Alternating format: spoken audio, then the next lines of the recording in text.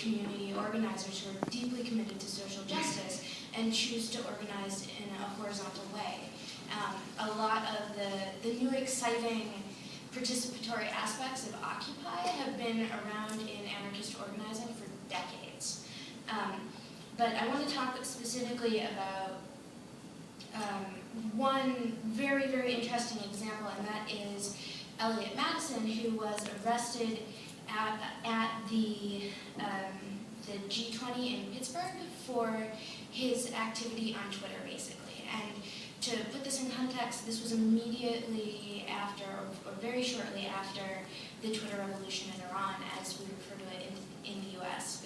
And basically, he was arrested in Pittsburgh. He wasn't trying to hide what he was doing. He was very clearly managing communications and trying to get information out there to G20 protesters.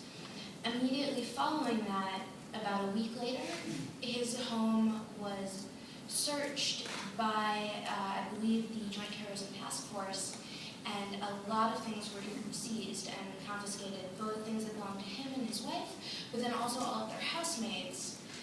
He's a social worker.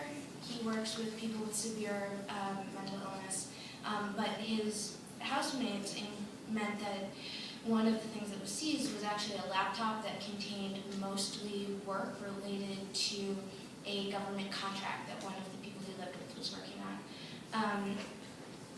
And the reason I want to bring that up is because, and also, some of his case files were seized. That's confidential medical records.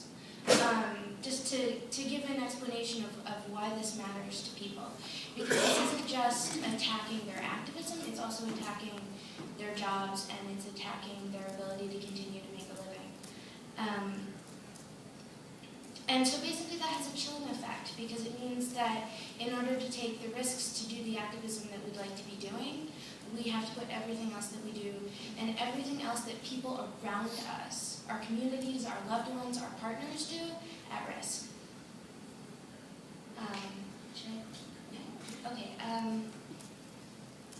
So I guess another really good example is that the FBI has on multiple occasions used food not bombs as a way of starting to infiltrate activist groups. For those, can I get a show of hands of who's familiar with food not bombs?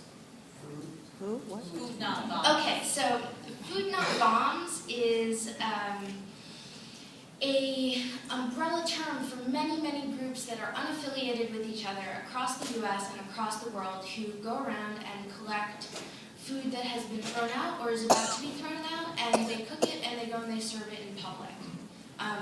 This is like, it ends up meaning that it's like half anarchists who look like badass punks and then like half little old ladies. It's lovely. They go to parks, they serve people, it builds community, it feeds the hungry.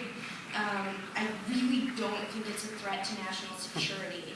But going as far back as 2001, I was able to find just online in a quick search, the FBI using Food Not Bombs membership as evidence that a man named Connor Cash was an eco-terrorist, which kind of brings up the next point, which is the Green Scare, which basically covers, is a blanket term that covers the attack on radical environmental activists, both environmental activists and then also animal rights or animal liberation activists. And they have time and time and again been put forward as like this huge, huge threat to America, in spite of the fact that there really isn't very much evidence to justify that. I think one fairly typical example that really speaks to just how ridiculous it is, sorry, I'm trying to find my notes. I maybe should have organized them slightly better. But there's so much information on all of this. We can come back to it in a minute if you're in support. Yeah, well, basically, there was a huge 2-year-long investigation under the guise of finding people connected with the Earth Liberation Front, and all they managed to do was entrap someone in a drug deal. So this was thousands and thousands and thousands of police hours, including deep surveillance, very, very deep surveillance and infiltration, and nothing came of it because they're looking for terrorism that just isn't there. So Cyrus,